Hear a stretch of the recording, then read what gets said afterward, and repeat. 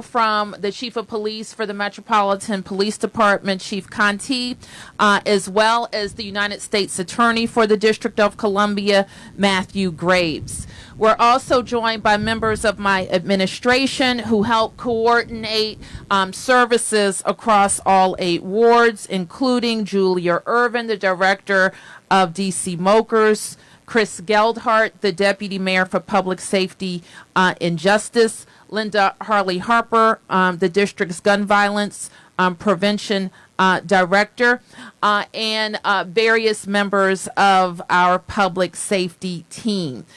You've heard me say, and you will continue to hear me say, we are not going to stop until we have every resource, and we throw every resource at the recent rise in gun violence in the District of Columbia.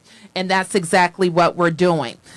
Just over a week ago, very sadly, we had to reckon with about the worst act of violence that I'll ever have to report or could happen to a family. A mother was shot and killed by a stray bullet while sitting next to her son. An 8-year-old has lost his mother because of the wanton and reckless use of guns in our city. That should stop us all in our tracks. It should focus us on every single homicide and everything that we can do to stop it. We must recognize this with this gun violence as a city and a nation, that this is a gun culture that is feeding cycles of violence and destroying families. So we need families and friends to work with us. That's us in the DC government. We need to ensure that everybody knows all of the services and opportunities for a different path for their lives.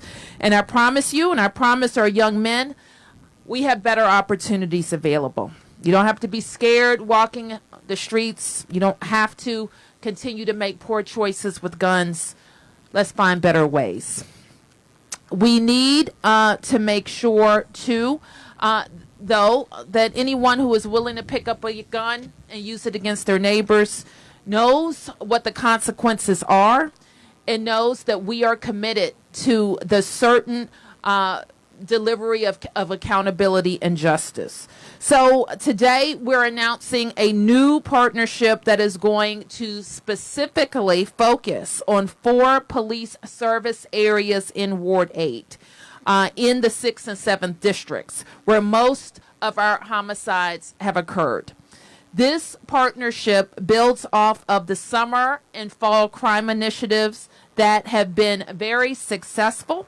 MPD will work collectively with DC government agencies, community partners, and federal law enforcement officials to include the ATF, FBI, DEA, U.S. Marshals, United States Attorney, CSOSA, and the DC Housing Authority to better target the people that we know are using guns in our communities. So again, our collective goal is to extricate people from cycles of violence, to ensure that our services and supports can help people make better choices, but for sure to remove people from the community who are using guns, terrorizing communities, and to hold them accountable. So with that, I'm going to turn to Chief Conti. We'll then hear from our United States Attorney, Matthew Graves. Chief. Thank you, Madam Mayor. Before I get into the discussion about the Homicide Reduction Partnership, you may recall that there was a shooting here in Washington, D.C. back on January the 27th. It was a Thursday at 3:30 a.m. at the Days Inn Hotel, 4400 block of Connecticut Avenue in Northwest. On that morning, 20-year-old Deja Cleary of Waldorf, Maryland, she lost her life that morning unnecessarily. You may recall, again, that were 5 people that were shot when she lost her life. But I told the community on that day that we would get to the bottom of it. And our commitment is strong. We are attempting to locate 18-year-old Gerald Thomas. There's currently a warrant for his arrest for second-degree murder for the murder of Deja Cleary. Mr. Thomas should know that the Metropolitan Police Department and the U.S. Marshal Service, our reach is far and wide, and our efforts are relentless, and we will find you. I'm asking for the community's help. If you know Mr. Gerald Thomas, if you've seen Mr. Gerald Thomas, if you had contact with Mr. Gerald Thomas, to please reach out to the Metropolitan Police Department. You can contact us on 202-727-9099 or text us anonymously, 50411, again with information related to the whereabouts of Mr. Gerald Thomas. The second case I wanted to bring your attention to, the mayor really already alluded to this one, talking about the young woman, or the woman who lost her life, 54-year-old Pamela Thomas of Northeast D.C. was murdered sitting next to her 8-year-old son. We have circulated images of the suspect, and as these images, as we get better images, I will continue to bring that forward to the public. We will make these available to the media, but I really want to make sure that we are circulating these images. This individual, we believe, is responsible, and we'd like to talk to this individual.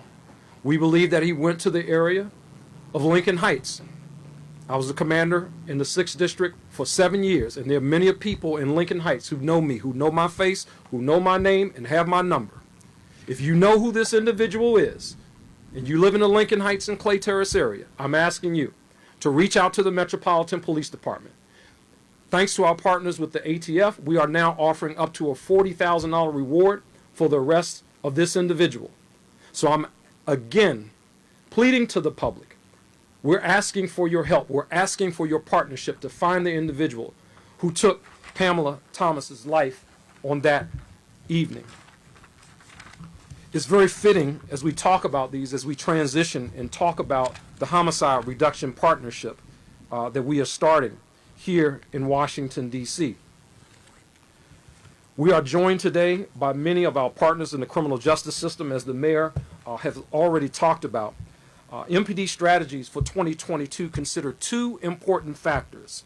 We want to focus on intelligence-led strategic priorities with an emphasis on violent crime and removing illegal firearms from our streets. Our Homicide Reduction Partnership will focus on 4 police service areas where we saw the most homicides in 2021. 2 locations in the 6th District, Ward 7, and 2 locations in our 7th District in Ward 8, PSA 603, 604, 706, and 708. These 4 PSAs accounted for 23% of the murders in our city in 2021. 6th and 7th District alone accounted for 62% of all homicides in Washington, D.C. last year. Police districts 6D and 7D accounted for 62% of the homicides. Our Homicide Reduction Partnership captains this year that we have chosen are Captain Matthew Fitzgerald from the 6th District and Captain Colin Hall from the 7th District. And by committing resources an entire year in this case, we hope to establish an environment that will sustain the successes that will result in less murders in our community. This replaces our summer crime initiative, which is only for a few months, or in our fall crime initiative, which is only for a few months, to ensure that we give the intense focus in communities beginning March 1st through the end of the year. We have seen focused crime prevention work in both summer crime prevention and fall crime prevention areas. The Homicide Reduction Partnership will include elements of both of those, SCI and FCI, but enhanced by greater collaboration and contributions by other agencies, all here today. Each district will execute operational plans that are intelligence-led, incorporating the best practices of community policing, problem solving, hotspot policing, and focused deterrence. We are allocating resources from our Violent Crime Suppression Division, the Crime Suppression Teams, Criminal Apprehension Unit, who will give priority to the Homicide Reduction Partnership areas. MPD's law enforcement partners, ATF, FBI, DEA, United States Secret Service, United States Marshal Service, DC Housing Authority, and CSOSA have all committed to assign agents to the homicide reduction partnership areas and allocate resources. That is significant. That is a significant contribution to this effort. The homicide reduction partnership teams will identify community needs and areas of concern through community engagement and walking neighborhoods with other DC agencies. MPD will work collaboratively with Building Blocks, DYRS, and the ONE's office to share information, review significant events, and provide resources to those who need it. We will implement robust strategic engagement and community outreach activities. So some may be wondering, in other communities, how do we plan to handle those? We still will have the capacity of providing the same level of great service to communities all throughout the District of Columbia, even with this effort. Last year, we announced the formation of our Community Focused Patrol Unit. We are still utilizing these data-driven units to supplement the deployment of patrol districts in communities experiencing high violent crime throughout the city. The Community Focused Patrol Unit are focused on addressing acute issues. They are flexible and provide impactful community engagement. These are our officers that are primarily on mountain bikes and scooters engaged in community. Our goal is to expand deployment during violent crime hours in our city. Together, we will work to address violent crime and homicides in our neighborhoods. I think the key word in all of this is partnership.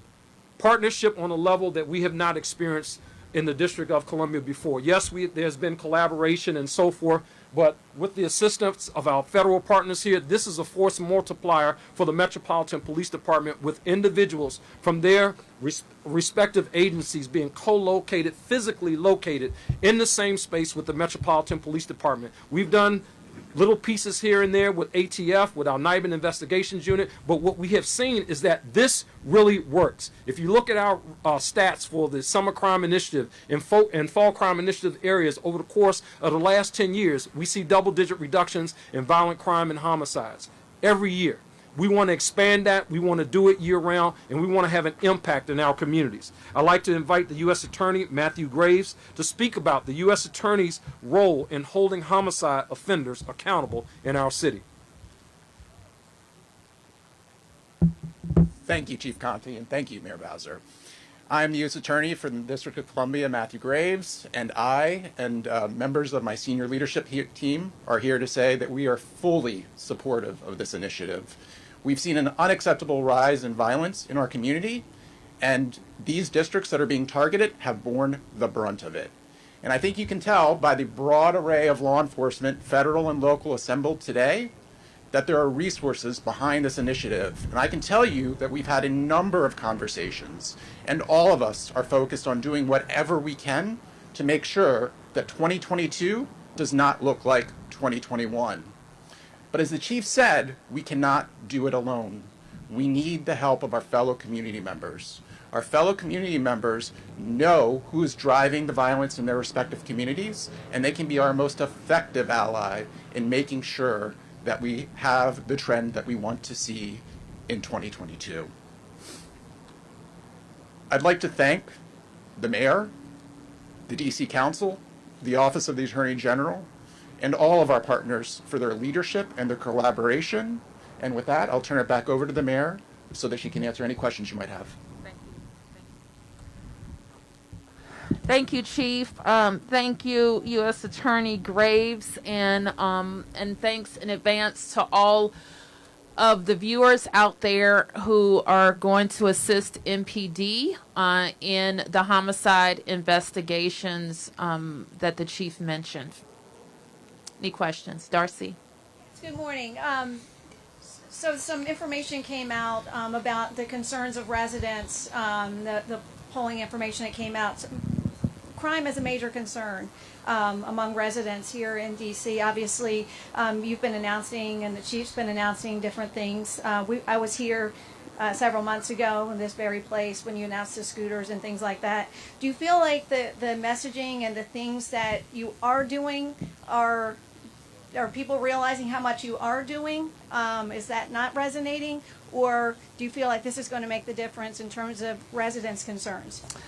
I think that residents are rightly concerned, as we are, and we've been talking about for months, if not for years, making sure that we're attacking crime all the way across the spectrum, from law enforcement efforts that we're talking about today to opportunity programs that we have talked about as well. So our focus is making sure that every part of our ecosystem has what it needs. Police certainly, and are showing up in person, stepping up to deal with the issues of crime as urgently as we can. Yes.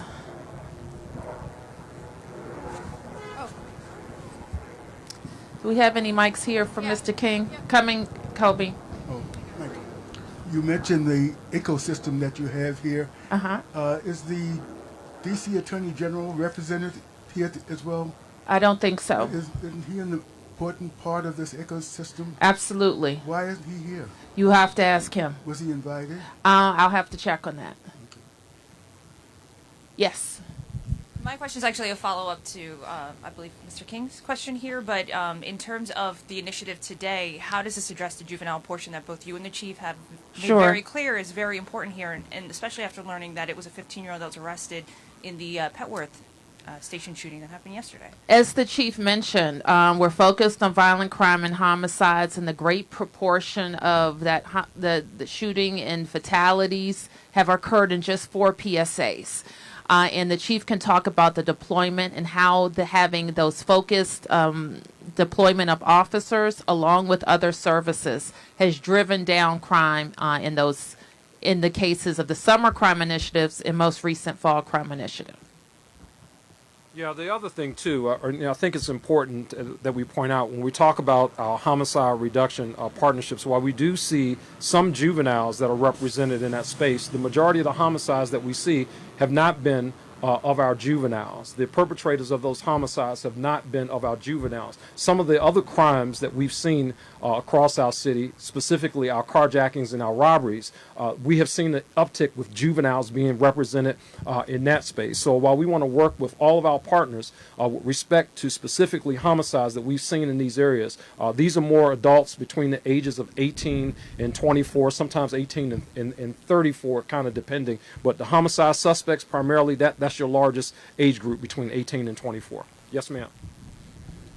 Couple questions for the chief. Yeah. You were here talking about crime. Just Yep. yesterday, we had a shooting not too far from here. Yes. Is there any update to that shooting that we had yesterday? Yeah, so we're talking to the victim. We're trying to get to the bottom of it. Thank God that victim was injured and not fatally injured. So we do have some things that we're following up on, and we hope to continue to work through that to bring closure to that case as well. Yes.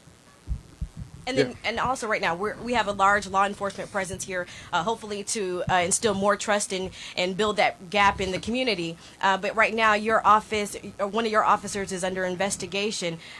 Yesterday, Mayor Bowser mentioned that that person may be connected to January 6th. Can you tell us any more about that officer? Well, thank you for that question. If you recall, when I had my press conference, the mayor mentioned a piece of that in her when she spoke, but I said that I think it's too narrow to say just January 6th. I think we need to look at the entire spectrum. This person worked as part of our intelligence unit, so we want to look at all of that stuff. Nothing is off the table, and we'll continue to go down that road. To say January 6th, that's a very narrow thing to say, and I wouldn't just say January 6th is the focus. Yes, ma'am. And then you.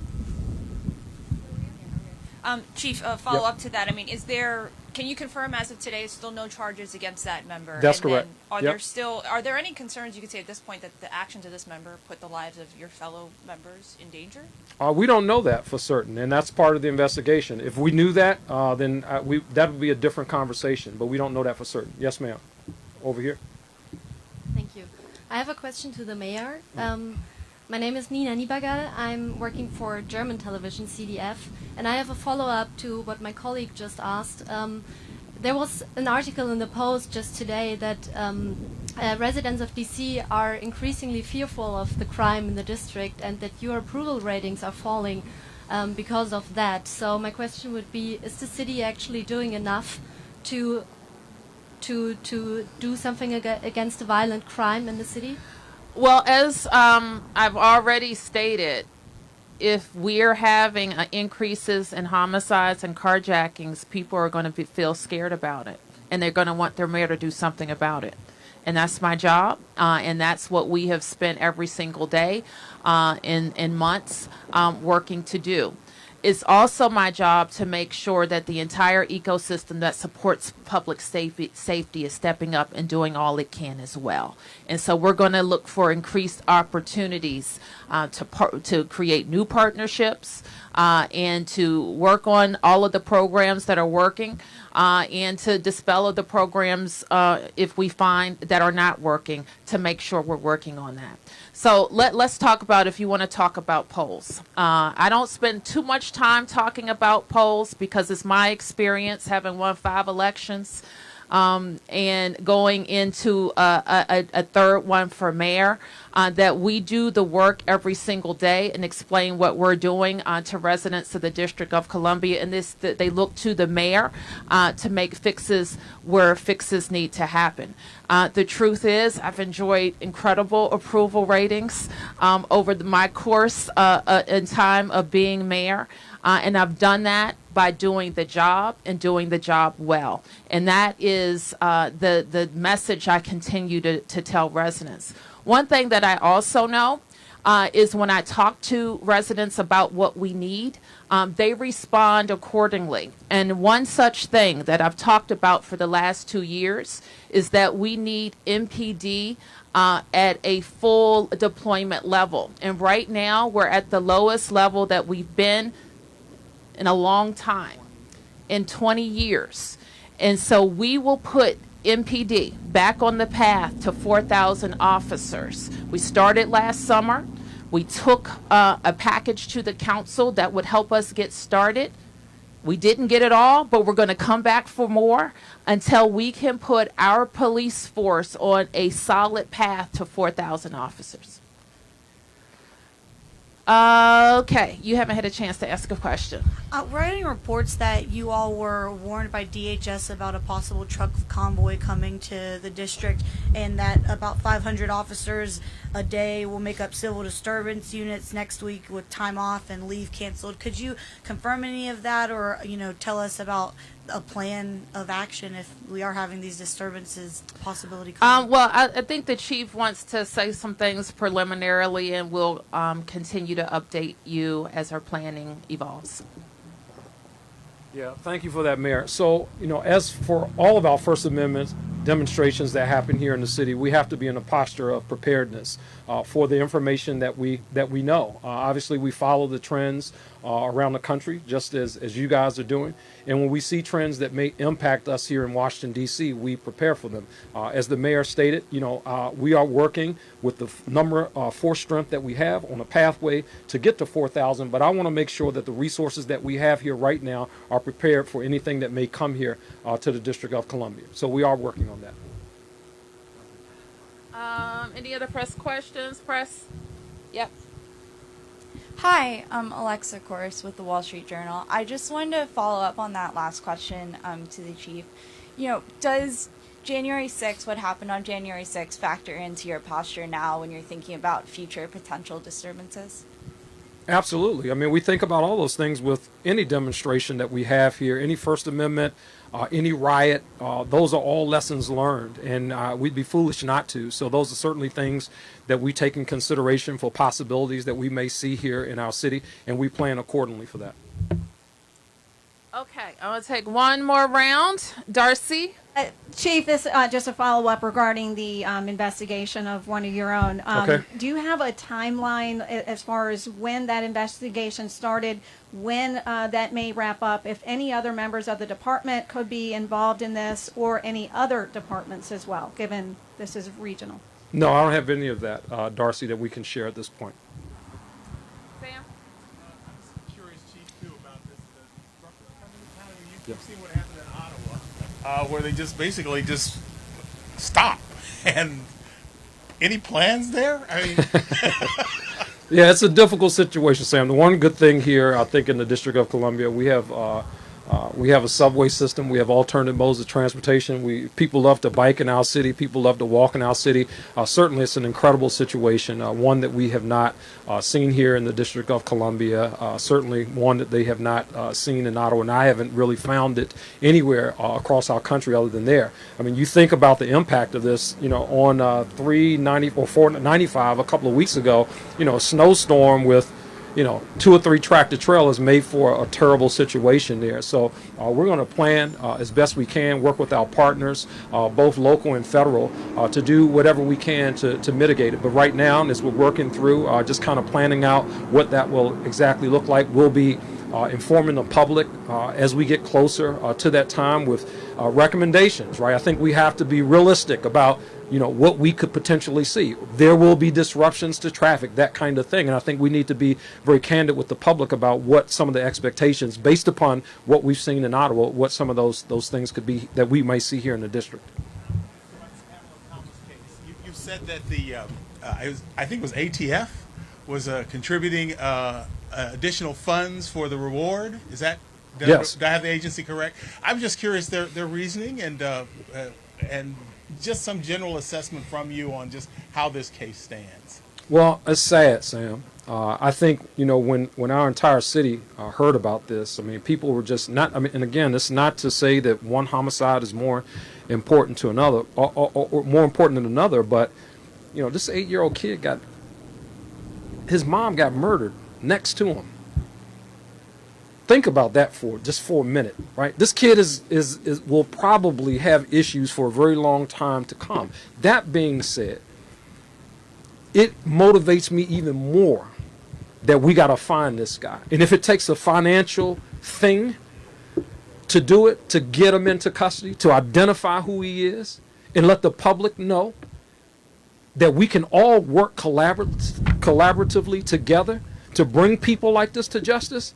If it was $50,000, and I'm sure if I ask my FBI partners over here, and I might do that before this is over with, we may see that reward even higher. But right now, the important piece is I need to find this guy.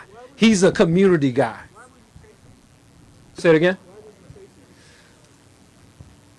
So there are additional parts to the investigation, and there was a person who was chased. I don't know if it was this guy, if I could say it that way. So anything beyond that will be getting too far in the investigation. We think that there were 2 people who were out there. Maybe one person was shooting at another person or something like that. But there was a person who was chased. We're not sure if this was the person who was chased. I just want to follow up on this question of coordination. The Mayor, you have a violence interruption program. I do. The D.C. Attorney General has a violence interruption program. So it's a his and her violence interruption program. But what about something like what does that mean? You have one, and the Attorney General has one, and what it means, Kobe, I have to interrupt you. The district has set up 2 different programs. We set up the Office of Neighborhood Safety and Engagement that is in the line of authority for the mayor, her in this case. The city council set up another program in the Office of the Attorney General. Why 2 programs? That was set up by the council, and you will have to refer that to the council members. How does Cure the Streets, Chief, work with what you're doing? This Cure the Streets program that's been talked about by the D.C. Attorney General. Well, can I just answer broadly, and I'm going to ask Linda to come up to address it, because she is the person in our organization responsible for all of our alternative to law enforcement programs. But as Linda comes up, the way all of the violence interruption programs work and the Cure the Streets model is slightly different than the Office of Neighborhood Safety model is to hire credible messengers or violence interrupters, people who are known in the community, who are leaders in the community, who can help us identify those people who are also leaders but are doing the wrong thing. And if we identify those leaders and pour services in those leaders, they can help us stop crime before it happens. That's the idea behind those programs. Cure the Streets in the Office of the Attorney General and the Office of Neighborhood Safety and Engagement that is in the mayor's line of authority. But you were asking about Cure the Streets specifically. How do you coordinate? Are they coordinated in any way? Yeah. That's the question I was trying to. All right, Linda will address that. So good afternoon, or we still morning. But Cure the Streets and the Office of Neighborhood Safety and Engagement, the Violence Interrupters, we are one city. They're working in different communities. They have recruited some of the best that we have in our city to do this really difficult work with a really difficult population. I look at it as a positive that we have more than one model working in the city, because it's going to take all of us and all the different models to make this right. And so we don't have to have one model in the city. Cure the Streets and ONES have two different models, the Violence Interrupters and Cure, but they both have results that they're able to point to show that they are working effectively. And so I think that it's important for us to look at it as one city with different models and not necessarily get into the his and hers, as you said, because we are coordinating. I think MPD will confirm that Cure the Streets has an arm's length relationship with them to call on them when they need to, as does the Office of Neighborhood Safety and Engagement. We are all working collaboratively. The Cure the Streets and the ONES Violence Interrupters, I would look at them as the bridge to service delivery. And so their job is to identify the focused people that we know need supports and services, to identify an alternative lifestyle to maybe what they're doing now, and to have other alternatives, and to use them as a bridge to service delivery. And so the services and supports and opportunities that the mayor has made available through the $59 million that has been committed to this particular population, those are available to the Violence Interrupters and to the Cure the Streets folks, so that we can all connect these persons to services that will make a difference in their lives. So that's our goal, is to try to connect and engage those in our community who are disconnected, to pull them back into the fold, and to have them to have opportunities to have a positive and productive lifestyle.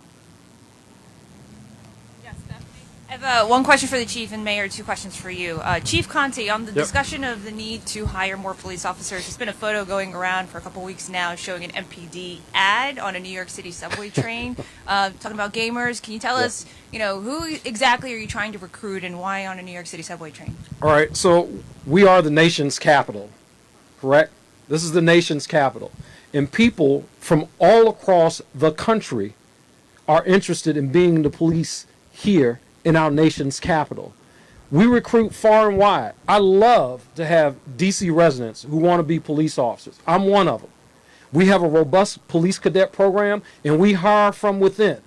But we are not limited by the borders of the District of Columbia, because people all across the country are interested in what's happening here in Washington, D.C. So we don't want to deny them an opportunity.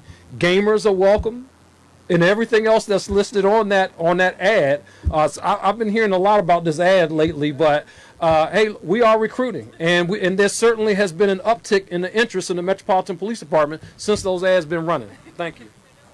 Hiring and we want them to work for MPD, not the FBI or the DEA, or no offense. We want to come work for Metropolitan Police. Mayor, I want to ask you, last time we spoke to AG Racine, he was very critical of your leadership. I want to ask you, can you tell us, Stephanie, honestly, I'm not going to do any politics questions, and we know, excuse me, we know that the Attorney General is doing a lot of politics.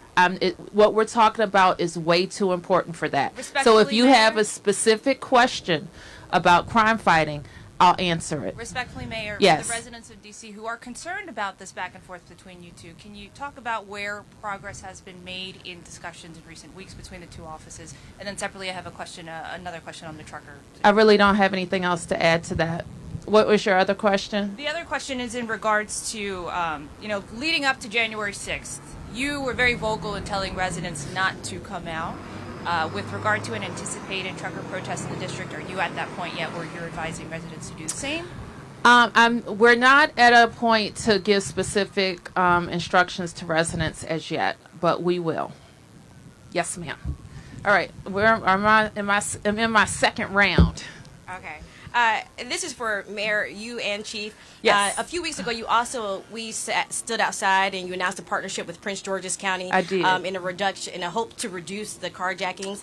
You had a big arrest later on that week that I think was on Suitland Parkway. How is that relationship, even though it's very new and that you guys just recently announced it, but how is that relationship also working with the neighboring Prince George's County to reduce the crime in teens and children committing crimes? Well, we have a very good relationship, which is not new, with Prince George's County, but our focus on our borders and the carjackings and the young people, unfortunately, we tend to know who the young people are, and they're going back and forth. There are kids coming here to commit violent crime. They're young, but they're committing violent crimes, and vice versa. So the chief, and I've asked the team, and we want to have some regular communication to you, and Chief Conti will update you on that. Yeah, so thank you for the question. We continue to work well with them. After that arrest on Suitland Parkway, a couple of days later, another significant arrest where we charged an individual with over 15 carjackings, robberies, etc., firearms. We're looking at that individual who's also involved in some other crimes here in the district, and that it's a good partnership. I mean, that's no other way I can say it. I mean, you know, we're working very well with them. I'm very pleased with the information sharing that's going back and forth. The chief of Prince George's County, and I think we have a meeting either this week or this is Friday, so it must be next week. We have a meeting coming up specifically talking about the information sharing piece around juveniles, and like there's some things that we might be able to do to kind of help some of our other partners in the ecosystem to work better in that space. So we'll continue to do that, and we'll update the public. I'm going to be very intentional. Every time we make these big arrests, I'm going to be very intentional about putting out press releases and, you know, let you guys just kind of follow these cases through the system. All of these offices and agencies coming together, you have that relationship with Prince George's County, and so you guys are doing your part, you say, to fix this ecosystem or broken ecosystem. What is your specific charge, though, to this community in particular for them to assist you in reducing the crime? Well, you know, I think I talked about this a little bit yesterday, right? I mean, I wish that we could have some parents, some strong parents, to get to their children before we got to get them system involved with all of this. I really wish that would be the case. And if they make it past the parent level, then maybe Ones and Linda, and I really wish that we can help them there. That would be awesome. Dr. Bazran is here, mental health. I mean, if we can help them there, that would be awesome. But at the end of the day, when people are scared and crimes are happening in their community, they want people to be held accountable for that. And they don't care how old they are. So when we're talking about homicides, and we're talking about robberies, and we're talking about crimes that scare the hell out of people, I want to make sure that we are doing everything that we possibly can. We are sparing no resource, federal or local resource, when it comes to making sure that we reduce crime in this city. Okay, any community questions? Yes. Good morning. I'm ANC Commissioner Kevin Coleman, AB04. Hi, Commissioner. How you doing? Good. I understand the WANS program, and they're doing an excellent job with their violence prevention. Thank you. But what monies are being allocated to the pre-violence prevention, like the youngins, like the kids, the recreation centers, to stop the violence before it happens? Because right now there's a lot of young kids making dumb decisions. Well, all of our violence interruption activities aren't limited to adults. They focus on children as well. And in several of our schools, we have specific credible messenger and violence interruption programs for their schools, in addition to safe passage programs back and forth to school. So I'm glad you asked me about kids, because, and I'm also glad that the chief mentioned parents and families and communities. This week coming up, as you know, our kids are on their winter break, and we want parents to reach out to their community centers, recreation centers, to make sure that kids are engaged and involved in activities throughout. We spent a lot of time working with Councilmember Trayon White here in Ward 8, making sure that we're making new investments in recreation centers. And over the past 7 years, we've been very proud of the increased investments that we've made in Ward 8 recreation centers. But we continue to look for ways to advance those investments. Thank you, Commissioner. Yes, I have one community question, and I'll come back to you. It's interesting. Kobe comes out to a press conference, and he's going to keep us standing here in the cold. Yes. That's okay, but I'm going to be around. I'm going to come back to your question, and then I'll be around to answer if there are any more lingering questions. Yes, sir. Madam Mayor, Yes. my name is Kevin Petty, and I run the transitional facility here. I also sublease to some of the Curtis Street of violence interrupters right here, and I'm feeling real good about the coalition that you guys are to deal with crime. Thank I'm just you. concerned with the city. You know, we had the highest incarceration rate in the world over the past 50 years and what it has done to the community. So I was reading about a program recently through the U.S. Attorney's Office. It's called the Restorative Diversion Program. Would y'all be including anything like that inside of, because we can't incarcerate our way out of crime? Sure, and I'm glad you mentioned that because, as I mentioned, and every time I talk about this, our public safety system is not just the police and law enforcement. We've also been out, we were at the Tennis and Learning Center talking about the grants that Building Blocks has made to all of our violence interruption programs. And we continue to talk about that. Linda, do you want to talk about our restorative justice focus areas?